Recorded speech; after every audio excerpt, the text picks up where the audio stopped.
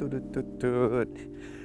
right, boys, we're back outside my house, and today we got a new shipment from my boys at OMGMIATA. So I get a lot of my parts from OMGMIATA or my local dealership at Mazda of Orange with Eric. So you can actually get a bunch of the OE pieces from Moss. So today we have this IL Motorsports center console. So this is a replacement of your OEM, and obviously it keeps all the OE bolt holes and stuff like that. So this is a complete replacement. You just drop it in. We're gonna actually slap this in today, and I'll show you how easy it is, because most of the time we have cracked center consoles or we're missing it or whatever. And this is a cool, replacement, because it even has this little cubby right here, which is cool because you can put all your stuff on here, coins and stuff like that. Second piece that we're gonna install today, this is a Moroso Catch Can from Moss as well. And this thing is super dope because the build quality on this is just epic. It's made in the USA. Moroso is like an OG brand, all right? Very popular for a lot of the classic muscle cars and stuff, but they actually make stuff for Miatas as well. You can get this from Moss, you can get it from Amazon, you can also get it from my boys at Flyin Miata. So I like this. I have this on Little Red inside the garage, but we're installing this on the CheapCheap build today. And last but not least, door sills. These are actually from IL Motorsports as well, and it's basically a replica of the STO version that we have over there. So this is a complete copy of the OEM, and it looks exactly the same. Like I can't even tell the difference. And the finish, look at this, whoop, whoop, whoop. It's freaking shiny as hell. So this takes 4 bolts or 4 screws, depending on how you want to do it. We're gonna put bolts with riv nuts so it looks nice, and let's get this started. All right, first step, we're gonna do the coolant reservoir. Pop your hood, and this should only take, I don't know, 10 minutes or so. Close up of the reservoir right here, it takes 3 bolts, 1 right there, 1 down there, and 1 on this wall right here. So we've obviously swapped this out to a cap screw or cap bolt. This is an M6, so it takes a 10mm socket if you have an OEM unit. And that's pretty much it. You take these 3 out, pop this off, and then you install the new one. So we're gonna do that right now. Here's a close-up of the reservoir. I'm gonna take off the cap right here and show you guys the construction of this cap. It's actually pretty epic. This thing's CNC'd, obviously. Look at that. It's got a breather filter right there, kind of the same ones that I use for my boost controller. And at the top right here, it's got a little pinhole to release pressure. And in here, you can see, oh, it's hard to see, but there's actually a metal tube, aluminum tube, that goes from the top to the bottom into this barb right here. And this is where you put your your hose that goes into the radiator. So it sucks in coolant and also provides coolant when the car needs it. It's pretty good. Look at this. Look at the construction of this thing. Welds are nice. It's made in the US.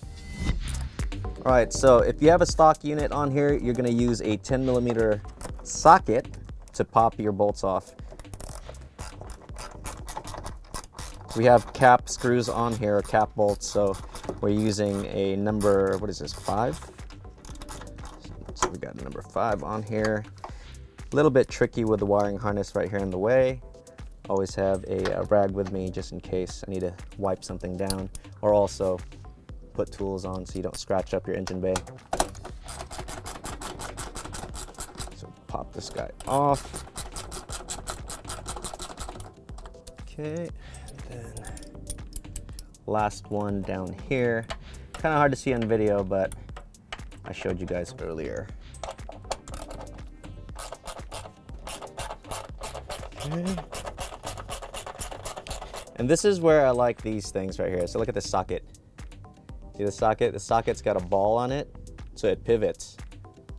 So you can get in awkward angles that you can't, use like a regular socket in there.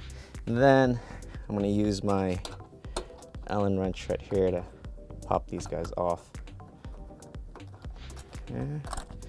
And this is where adding cap bolts and screws or buttons makes your life harder, because you have to have special tools instead of just using a 10mm bolt or 10mm socket.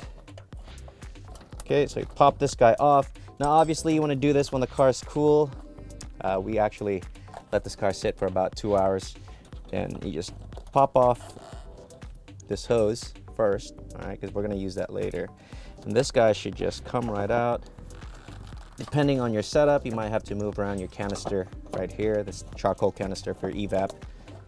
Okay, and there you go. Okay,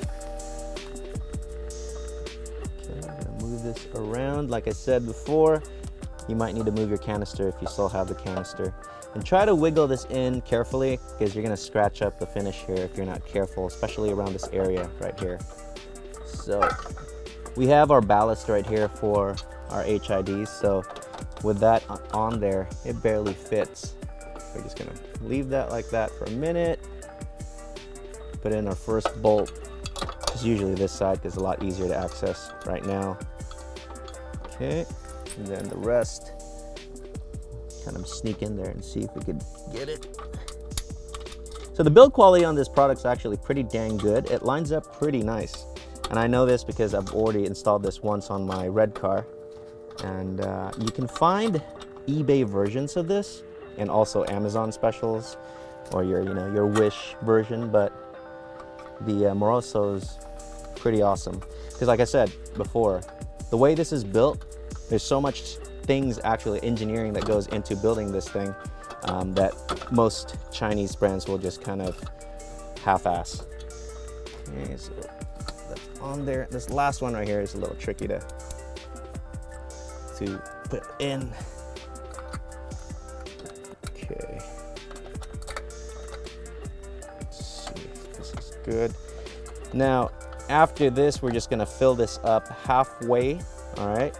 You wanna fill this up halfway full, not too little, not too much. Too much, you'll end up boiling over, not boiling over, but I mean, if it gets hot, you're gonna end up spilling some out of this little port right here. So just look at your OEM container or canister and just fill it halfway and you should be all right. Okay. There you go.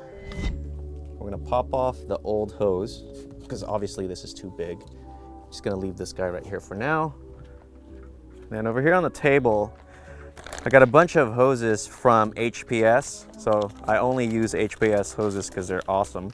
And I always buy extra just in case. So if you want this stuff, hit up HPS. So I'm just gonna put this side by side. Oh, look. A little bit of residual in there. And it's about this much. So we're gonna take a blade. All right. Okay, so this is the same length as the OE, and obviously this thing's a little bit longer, so we need to shorten this out a little bit. So what I'm gonna do is I'm gonna just slap it in here first. Okay, and then we're just gonna route it like you would with a factory, and then we're gonna trim it according to what we need. So as you look closely over here, we need to shorten this about 3 inches right there. All right, so we're gonna shorten this just a little bit. So we take everything off again. And it's good to do this because it's proper. You don't wanna have too long or too short, okay? So same thing. I like using a brand new knife to do this. Right there, X-Acto blade, box cutter, whatever. It's a really clean cut with the silicone hose here. If this is hard to press in, just get a little bit of oil and it'll slide right in. Route this through, put it on the holder right here. This holder is kind of wonky. Sometimes it looks better outside the holder, but it's fine. And then we're gonna press it here, slide it on the barb fitting, all right? And then you hook it onto the little loop-de-loop. Slide your canister back in and connect whatever hose you disconnected. The amount of fluid you actually need to put in here is pretty much like a bottle of water. So got this bottle of water, we're just gonna fill it up real quick here. Now we are gonna flush this system soon, so adding the water on here is totally fine. But typically you'd wanna use some sort of coolant mixture, 50-50, or water wetter, or whatever. There you go. Visual inspector halfway, and that's it. it's literally about a bottle of water to get halfway. Replace the cap. Okay, now we're gonna warm this thing up and see if it leaks.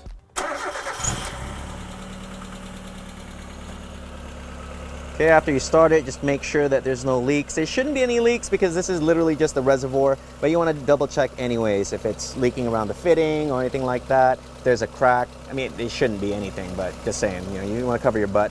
And then just check these guys. Now you could zip tie these things or put clamps on them.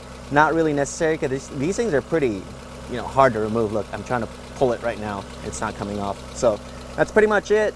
Easy install. You can get this from Flyin Miata, Moss, or, you know, sometimes Amazon, but I would try get this from a reputable source like Moss because, you know, it's legitimate. They do make copies of these things, so it's easy to get the fake ones.